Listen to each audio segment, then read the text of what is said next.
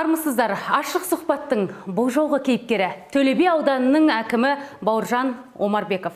Бізбен бірге Төлеби ауданында атқарылып жатқан шаруаларды тыңдап құлақтырыңыздар.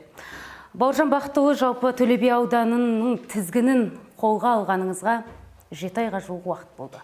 Осы уақыттың аралығында сіз ауданның әлеуметтік, экономикалық, халқының тыныс тіршілігімен танысып үлгердіңіз. Алғаш қызметке келіп, қолға алған шаруаңыз қандай болды?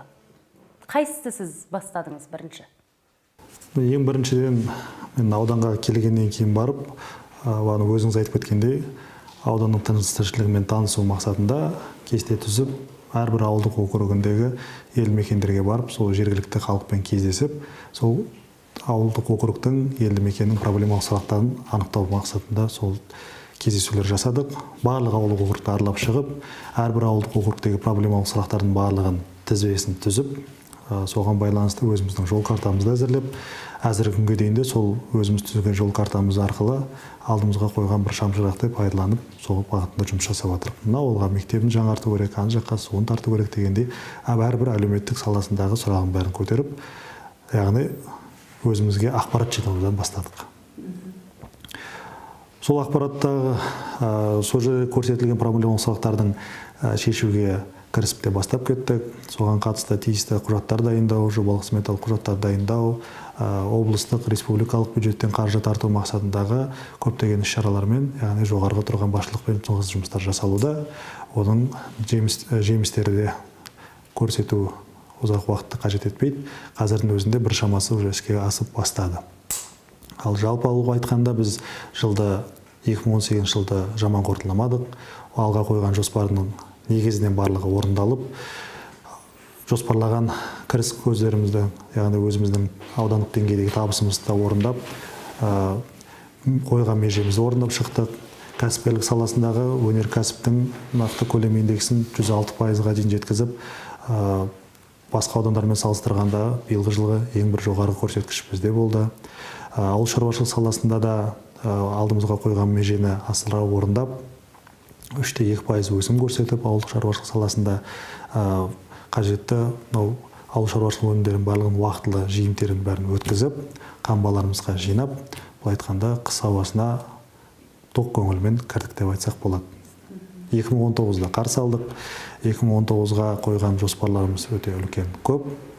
Оның ішінде бюджеттің кірісін көтеру, жеке инвестиция тарту, көптеген жаңадан кәсіпорындар ашу, жұмыспен қамтуға септігін тигізетін жобалармен тікелей айналысуға кірісіп те кеттік.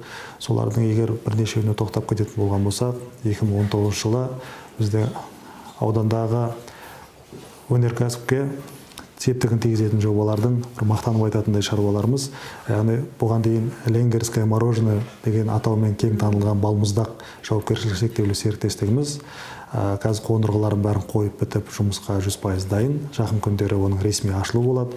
800 миллион теңге инвестиция тартып, қосымша 60-ға жуық адамдарды жұмыспен қамтитын болады. Яғни шоколадты глазур және шоколад өнімдерін өндіретін цехты іске қосады. Қала, облыстық, жалпы республиканың нарығына Perfetto деген брендпен дүкендердің сөресіне жол тартатын болады. Одан бөлек бізде Қасқасу ауыл округінде Сайрамсу өзенінің бойында бұған дейін де құрылысы басталып, біразге дейін іске аспай келе жатқан Ақсу қуат жауапкершілігі шектеулі серіктестігі қуаттылығы 3,5 мегаватт гидроэлектростанциясының құрылысын аяқтап, осы жылы көктемге таман іске қосуды жоспарлап отыр. Оғанда 1,5 миллиардқа жуық инвестиция тартылған, 15 шақты жұмыс орындары ашылады деп күтіліп отыр. Осы қазір біз әңгіме қылып отырған жоғарғы Ақсу ауыл округінде ауыл шаруашылық саласындағы бір жаңалық болып, біздің аудан үшін жаңалық болып келіп жатқан 200 миллион инвестиция тартып, тәулігіне 10 тонна құрама жем және гидропоникалық мал азығында дайындайтын өзінің цехты қосатын болады. Одан бөлек асыл тұқымды ірі малдарды сатып ала отырып, 200 бастай деп жоспарлап отыр. Тауарлы сүт фермасын іске асыруды жоспарлады. Сонымен қатар Кеме қалған ауыл округінде қазығұрт бақтары өндірістік кооперативі 140 гектар жерге қарқынды алма бау егу жұмыстарын атқаруда. Ол жерде қазіргі таңға жер өңдеу және де қажетті тіреуіштерін орнату жұмыстары жүріп жатыр. Ауа райы мүмкіндік берген кезде алма көшеттерін отырғызып бастайды. Сонымен қатар сол қазығұрт бақтары өзінің кеңсесін, қоймасын және де алма шырын өндіретін цехтың құрылысын осы 2019 жылы іске асырылып бастайды. Сонымен қатар ауыл шаруашылығын қайта өңдейтін Сагун жауапкершілік серіктестігі күніне 18 тонна дайын өнім шығаратуын, яғни көкөністерді, жеміс-жидектерді кептіре отырып ұнтақ дайындайтын, яғни ауыл шаруашылығын қайта өңдейтін кәсіпорнымыз іске қосылатын болады. Ол Ленгір қаласында орналасқан. Енді негізгі ауыл шаруашылығы және туризм саласын бетке қойған аудан ретінде ауыл шаруашылығының өнімін қайта өңдеу біз үшін өте бір маңызды, қуанатындай бір жобамыз болып отыр ол. Одан бөлек бұған дейін жұмыс жасап келген Фудмастер Қазақстан, Шымкент және де Газпромнефть битум кәсіпорындары өздерінің желілерін қуаттылығын ұлғайту мақсатында жаңа желілерін қосу арқылы қуаттылықтарын ұлғайтып, қосымша жұмыс орнын ашып, 500-200 миллион, жалпы алып келгенде 700 миллионға жуық инвестиция қосымша тартып, аудандағы азаматтарға қосымша жұмыс орындарын беріп бастап жатыр. Бұның барлығы бағанағы сіз айтып отырған 2019-дағы халықты жұмыспен қамтуда және инвестиция тартудағы әрлі баларлық үлкен жобаларымыз. Өзім сөзімде айтып қалдым, ауыл шаруашылығы мен туризм саласының бет бұрған аудан ретінде керемет тауымыз бар, жайқалып отқан көктем, жадыраған жазымыз бар, керемет болып келетұғын өзімізге күзіміз бар, яғни жыл 12 ай туристерді қабылдауға дайын аудамыз. Оған сенімді айтатынымыз, бүгінгі таңның өзінде 70-ге жуық туристік нысандар қызмет атқаруда. 28 мыңның үстіндегі турист келді, яғни біз өзіміз жоспарлаған кірі туризмнің көрсеткіштерін бәрін орындап қойдық. Өзіңізге белгілі, өткен жылы осы туристік әлеуетімізді одан да ары қарай дамыту мақсатында, өзімізді кеңінен таныту мақсатында облыс басшысының бастамасымен жазда Қасқасу суретшілерінің пленэр өткен болатын. Оған 6 жақын шетелдерден азаматтар қатысып, өздерінің осы біздің Түркістан облысының Төлеби ауданының табиғаттарын кереметтеп, қағаз бетіне түсіргізіп, 102 өнер туындысын шығарған. Жылдың аяғында ол да облыс басшысының тікелей бастамасымен таусамалы, жансамалы атты қысқы спорттың, яғни шаңғы фестивалі өтті. Оның барлығы біздің туристік әлеуеттерімізді көрсетуге бағытталған. Енді біз өзімізде 70 нысанымыз бар деп, онымен қанағат тұтып отқан ешқайсымызда жоқ. Биылдың өзінде көптеген біздер жобалар іске асады деп отырмыз. Солардың бір-екеуіне тоқталсақ, Қасқасу ауыл округінде Сайрамсу резорт 100 орындық демалыс аймағының құрылысы аяқталып, көктем айларында ашуды жоспарлап жатыр. Одан соң Қоғалы ауыл округінде саумал сауықтыру орталығы, яғни ол жерде 50 орындық демалыс орны жұмысын бастайтын болады. Сонымен қатар Алматау және Таусамалы демалыс аймақтарында қосымша құрылыста жүріп, яғни жаңадан туристер қабылдаудың мүмкіндігін әлеуетін одан ары қарай асыруда. Расында да осы Төлебидің керемет табиғаты мен бюджетті еселеп, тіпті асырып та жіберуге болады. Әлі де болса, атқарып жатқан шаруаларды айттыңыз. Бірақ осы туризмді мықтап қолға алып, расында да осы Төлебидің, Түркістан облысының бюджетін еселейтіндей бір мықты жоба іске асайын деп тұр ма алда? Әлде бізде осы Төлебиде туристердің саны біз ойлағаннан кем екен? Дұрыс айтасыз. Туристердің келген санын әлде осы ұлғайтуға да болады, және де туризм саласынан бюджетке түсіп жатқан түсімнің де санын ұлғайтуға болады. Біз келгеннен кейін бар осы туристік нысандардың түгендеу жұмысымен айналысып, сол кезде анықталған жайттар да болды. Яғни туристік нысан ретінде қызмет көрсетіп, бірақ ресми тіркелмеген жағдайларды орын алды. Оның бәрін түгендеп, қазіргі тиісті салық органдарына, басқа да мемлекеттік орындарға тіркеліп, өздерінің есептерін табыстап бастады. Және де өзіңіз айтқанда үлкен бір ірі жобаны, есіңізде болған болса, елбасының соңғы Түркістан облысына сапарында, сол жиында ресми түрде Төлеби ауданы Қасқасу ауыл округінде, Қасқасуда шаңғы базасы болуы тиіс деген тапсырма берді. Ол тапсырма бізге түсті. Оған дейін де облыста ол тарапта бұл бағытта жұмыстар атқарылған, яғни қажетті инфрақұрылыммен қамтамасыз ету мақсатында облыстан 400 миллионның үстінде қаржы бөлініп, ол инфрақұрылымдар жүргізілген.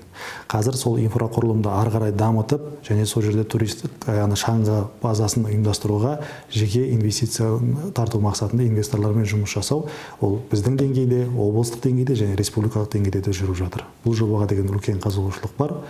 Сол себепті келешектегі бәрін жиып қойып айтқан кезде ең бір алға сүйрейтін жобамыз сол Қасқасу шаңғы базасы іске асқан уақытта бізге зор серпін береді деп ойлаймыз. Бірақ алайда ол бір Қасқасудағы үлкен жобаға қарап отырмастан, негізгі бізде туристің санын көбейту үшін оған қажетті жағдай жасалған болса, турист өзінің керемет табиғатты өзі іздеп келеді. Сол себепті біз қажетті инфрақұрылыммен, яғни жұмсақ инфрақұрылым деп айтады, туристердің жүретін жолы, барған жердегі қажетті әжетханасы, одан кейін туристік орындарға баратын жолдарға жол сілтемелер, демалып қайтқаннан кейін барып өзімен бірге қалған қоқысты тастайтын жәшіктер деген сияқты, сондай барлығына біз осы биылға жоспарымызды құрып, жол сілтемелерін, қоқыс тастайтын орындар ұйымдастыру бағытында жергілікті әкімдік оны біз өзіміз қолға алып, тиісті қаражатымызды бөлдік. Сонымен қатар туристік нысандардың танымалдығын арттыру мақсатында енді әрбір туристік орталық өзінің жеке бір сайтын жасауға әрқайсының жекелей мүмкіндігі жоқ. Әрі нысандар әрине өзінің сайттарын жасап, сол сайт арқылы тіркелумен, басқамен қазіргі цифрлық заманда оның орны бөлек. Соны ескере отыра біз өзіміз Төлеби ауданы әкімдігінің деңгейінде аудандық туристік бағытты ғана қамтайтын сайт және де мобильдік қосымша дайындауға бел буып отырмыз. Оған тиісті қаражаттың бәрі бөлінді. Бұл жерде тағы да бір мәселе бар. Енді ол сайттың барлығы болып, жұмыс жасағаннан кейін барып оның ақпараттық қамтамасыз ету біз өзімізге алып отырмыз. Дегенмен де туристік нысандарға енді қажетті интернет қажет. Интернет кейбір нысандарымызда орналасқан жерлерде интернеттің көрсеткіші немесе қуаттылығы оншалықты жоғары емес. Сол себепті мысалға әлемге кең тараған Booking.com деген сияқты брондау жүйесіне қосылған бізде бірақ нысанымыз бар екен. Изумей тау ғана. Сол әлемдік брондау жүйесіне қосылуға басқаға біз түсіндіру жұмысын бастағанымызда кездескеніміз осы сапалы интернет қамту болды да, қазіргі таңда ауылдық округтердің бәрінде Транстелеком, Қазақтелеком желілік интернет тарту бойынша жұмыстар атқарылып жатыр. 19-да бір қатары жүрді, 20-шы жылда бір қатары жүретін болады. Жалпы ауылдық округтердегі желілік интернетпен елді мекендердің аясындағы желілік интернет қамтуды олар өздеріне алып отыр. Онымен қоса біз мобильдік операторлармен кездесу жүргізіп, Kcell, Beeline дегендей солармен кездесу жүргізіп, биыл берген уәделері Kcell компаниясы мысалға сәуір айында бір көлік зонасында қосымша станция қойып, мобильдік интернеттің қуаттылығын ұлғайту бойынша жұмыстар атқарылатынын айтып отыр. Яғни, мен айтқым келгені, турист келіп кеткенге дейін өзін еркін және де ыңғайлы сезіну үшін жағдай жасауға сол кәсіпорын және жергілікті атқарушы билік бізде атсалысуымыз қажет дегенді айтқым келеді. Заман дамығаннан кейін интернет желісі де істеп тұру керек деп жатсыз. Осы сайтты ақыры айтып қалдыңыз сіз өзіңіз. Мен сізге, Бауыржан Бақытұлы, сұхбатқа келер кезде Төлеби аудан әкімдігінің сайтын ашып, ақтарып, біраз ақпараттарды іздестірдім. Бірақ Төлеби аудан әкімдігінің сайтында көптеген материалдар әлі де болса жарыққа шықпаған, халыққа жарияланбаған екен. Ақпаратқа қол жеткізу туралы заңның 16-шы бабындағы тармақтардың басым көпшілігіне жауап бере алмайды сайт. Айтқан сын ескертпеңіз қабылданатын болады.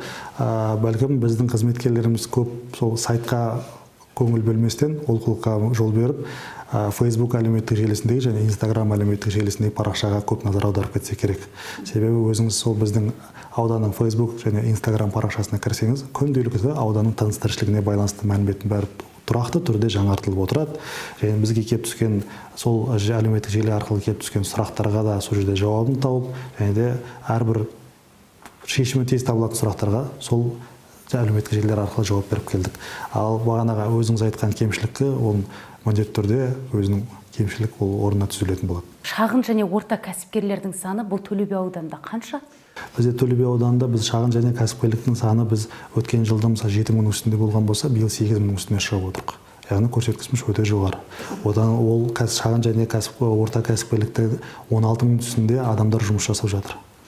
Ол көрсеткішті 19 жыл тағы да біз 2%-ға көбейтеміз деп тағы да жоспар қойып отырық. Сол себепті жаңа біздегі шағын және орта кәсіпкерліктің жалпы белсенділігі жақсы.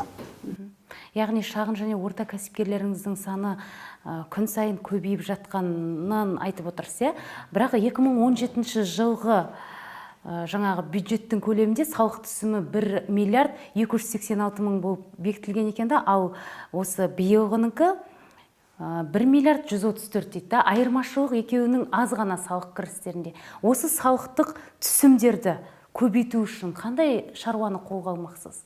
Салық көбейеді. Сол жаңадан кәсіпорын болғанда да ірі кәсіпорындар ашылып бастаған кезде. Мен бағана сізге ірі жобалардың көбісімен таныстырып өттім, ал шағын кәсіпкерлікке байланысты салық төлеу режимдерінің әртүрі бар. Сол таңдаған патент арқылы жұмыс жасау бар, басқасы бар, квартал сайын есеп беретін, жартылы жылдық есеп беретін әртүрлі режимдері бар. Ол салық заңнамасына сәйкес жұмыстар атқарылып жатыр. Ал енді бағана сіздің айтқан бір сұрағыңызда көтерудің тағы бір көзі ретінде біз мынау нәрсемен айналыстық. Бағана кәсіпорындарымызды, туристік нысандарымызды түгендеп барыстаған кезде салықтың заңнамасы ол нәрсеге айтқанда заң көтереді. Егер кәсіпорын басқа жерде орналасқан, яғни басқа ауданда орналасқан болып, бірақ дегенмен өзі заңды тұлға басқа жақта тіркелген болса, табыс салығының барлығы тіркелген жеріне түсіп отырады. Ал бізде мысалы басқа туристік нысандар, кәсіпорындар негізгі заңды тұлға Шымкент қаласында тіркелген, басқа ауданда тіркелген жағдайлар орын алып отыр. Оның барлығы заңға сәйкес, ешқандай заң бұзушылық жоқ. Бірақ әйтеуір өзіміз осы жерде орналасқаннан кейін барып, осы жердің азаматтарына жұмыс беріп отқандығына алғысымызды білдіре отырып, мүмкін филиал аша отырып, немесе жаңа компания аша отырып, жалпы жергілікті түсімді көбейту мақсатында жұмыстар атқаруға біз бет бұрып отырық. Себебі біз тек қана мүлік салығынан ғана табыстарымызды және әлеуметтік салықты ғана өзімізге жергілікті ғана алып отырмыз. Нысандар жұмыс жасап, қызметтерін көрсетіп отыр, өте жақсы. Ал бағанағы ірі жобаларымыз іске асқаннан кейін барып, олардың барлық салықтарын төлеп отырып, біз ойлаймыз, жылдық жоспарымызды одан да еселеп тағы да орындап отыратын шығармыз деп. Расында да Төлеби ауданында бірнеше елді мекеннің мәселесі шешілген, ауыз суы бар, табиғи газы бар. Бүгін сұхбаттасып отырған Сарқырама елді мекенінің де жағдайы керемет екені мысалы көрініп тұр. Табиғи газ да бар, су да бар. Тіпті көшелеріндегі жаңағы шарбақтарына дейін халықтың қалаулы азаматтары жағдай жасап беріп тастаған. Енді дәл осындай елді мекенге жету үшін әлі қанша елді мекен бар табиғи газбен қамтылмаған, ауыз су жетпеген? Бізде жалпы 55 елді мекеннің 46 елді мекенінде табиғи газбен қамту құрылысы жүрген. Құрылысы деп айтып отқаным, өткен жылдары мысалға 10 елді мекеннің газ құрылысы жүрген болған болса, әлде де ол елді мекендердің ішіне толыққанды газ беріліп бастаған жоқ. Алайда құрылыстар аяқталған. Ол енді Қазтрансгазбен бірге жергілікті атқарушы органның арасындағы біраз ұйымдастыру шаралар бар. Соның бары іске асқаннан кейін бар, олардың барлығы газ беріліп бітеді. Дегенмен енді бізде 9 елді мекен қалып отыр, газ жүрмеген. Газ құрылысы жүрмеген. Соның екеуіне, яғни Балдыберек және Төңкеріс ауылдарына, елді мекендеріне осы жылы құрылыстар басталатын болып, оған тиісті облыстық бюджеттен қаржы қаралды. Және де қалған 7 елді мекеніміздің жобалық сметалық құжаттамалары жасалып, тиісті салаға ұсыныстар беріліп қойған. Яғни біз 2020 жылдан ары кетпестен Түлкібас ауданынан кейін Төлеби ауданын 100% газбен қамтылған ауданға айналдырғымыз бар.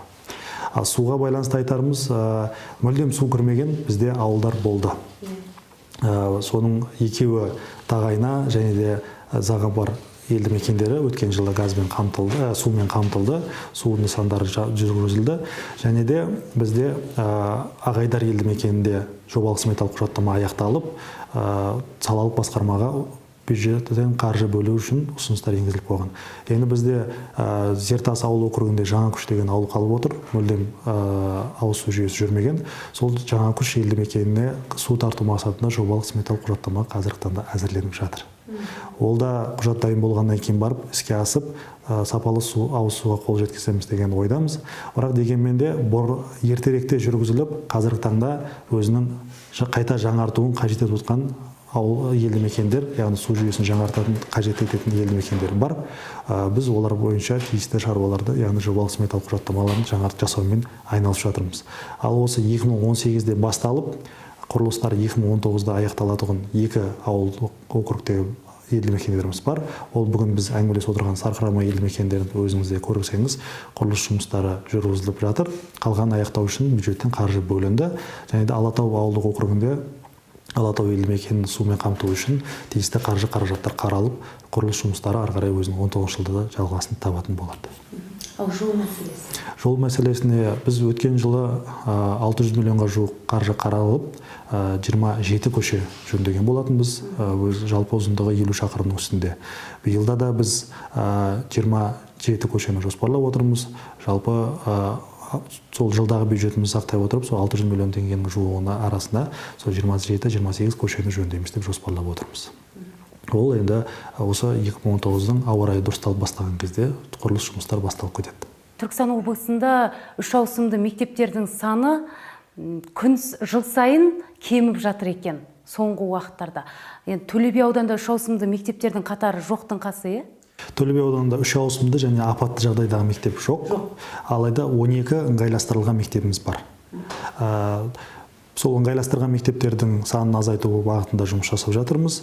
2019 жылда бізде Ленгір қаласындағы 1-ші мектепте, 5-ші мектепте және де Алғабас ауылындағы мектепке қосымша құрылыс жүргізуге қаржы қаралды. Қосымша құрылыспен қаржы қаралды. Және де бізде жаңа мектептің құрылысы басталатын болады. Ол Көксәйекте Жолаң көшесінде орналасқан мектеп, 100 орындық мектептің құрылысы басталатын болады. Яғни осы құрылыстардың аясында біздің 12 ыңғайластырғанымыз 10-ға азаяды. Яғни 2 ыңғайластырғанымыз стандартқа сай мектепке айланып отырады. Дегенмен де біз әлі де болса алдағы уақытта мектептерді соғуды жалғастыру керекпіз. Себебі ыңғайластырған барлығын стандартқа сәйкестендіріп келтіруіміз қажет. Бүгінгі таңда бізде 6-ші мектептің және де Алатау ауылы округі Қайнар елді мекеніндегі мектептің жобалық сметалық құжаттамалары дайын. Оны салалық басқармаға ұсыныс беріп қойдық. Соның ішінде Қайнар елді мекені алдағы бюджет нақтылауда ұсынылады деп, қаржы қаралады деп жоспарлап отырмыз. Онымен қатар біз күрделі жөндеу, ағымды жөндеу және де мектептердің материалдық техника базасын нығайтуға көңіл бөліп, биылғы жылда да мысалға 3 робототехника кабинеттерімен қамту, қажетті парта, тақта және де компьютерлермен қамтамасыз етуге қаржылар бөлдік. Бауыржан Бақтыұлы, Бәйдібек ауданында дүниеге келдіңіз. Ордабасы ауданы әкімдігінде әкімнің орынбасары қызметін атқардыңыз. Бүгінгі таңда Төлеби ауданында әкім болып қызмет атқарып жатырсыз. Әр салада тәжірибе жинақтаған сізді білікті басшылардың қатарына қосуға болады. Мақсат қандай алда? Алдағы мақсатымыз осы өзімізге сеніп тапсырылған, осы Төлеби ауданына қызмет жасау сеніп тапсырылғаннан кейін, осы сенімнің үдесінен шығып, халыққа адалынан және де мүмкіндігінше халыққа жағдай жасауға қызмет ету мақсатын. Әрбір Төлеби ауданындағы азаматтың әлеуметтік жағдай жоғарылап жатқан болған болса, ол тек менің ғана емес, менің айналамдағы азаматтардың да және де осы тұрғындардың да еңбегі болып, сол еңбекке жоғары көрсеткіштерге жете беру алдағы қойған мақсатымыз сол. Әрине енді әрбір ауданның өз табиғатына сай, жергілікті халқына сай айырмасы бар. Бұл Төлеби ауданы мысалға салыстырмалы түрде айтқанда Көпұлтты аудан, Ордабасы аудандағы жұмыстарда мысалға ол жақта да ұқсас, ауыл шаруашылық саласындағы, кәсіпкерлік саласында жақсы дамыған аудан болған болса, бұл жақтағы бағанағы Көпұлтты аудан болып келгеннен кейін бар, бізде де әрине ауыл шаруашылығымен айналысады, кәсіпкерлікпен айналысады, бірақ ол жақпен салыстырып қараған кезде туризміміз біздің әлде қайда туризм дамыған. Сонысымен ерекшеленеді деп ойлаймыз. Қазақстан Республикасының президенті көтеріп отырған, алға қойып отырған әрбір жоспар, әрбір бағдарлама барлығы да осы елдің келешегі үшін, елдің алға сүйреу үшін жасалып жатқан дүние. Соның барлығына да осы жергілікті атқарушы билікпен бірге халық тығыз байланысты отырып іске асыра берген болсақ, елбасының беріп отқан тапсырмасын біз нақты орындап отқан болсақ, Қазақстанымыз бұдан да ары қарай да өзі үлкен жетістіктерге жете береді деп тілеймін. Әрбір төлебилікке, әрбір Қазақстан Республикасының отбасына амандық тілеймін, дендеріне саулық тілеймін, бай қуатты болып, тәуелсіз, беделді Қазақстанның азаматтар болып жүре беруіне тілектеспін. Рахмет, үлкен айғаққа арнайы уақыт бөлгеніңізге, ашық әңгімеңізге алғыс білдіреміз, ісіңізге сәттілік тілейміз. Сізге де рахмет. Қадірменді көрермен, назар салғандарыңызға алғыс білдіреміз. Ашық сұхбаттың бүгінгі кейіпкері болған Төлеби ауданының әкімі Бауыржан Омарбеков. Сау болыңыздар.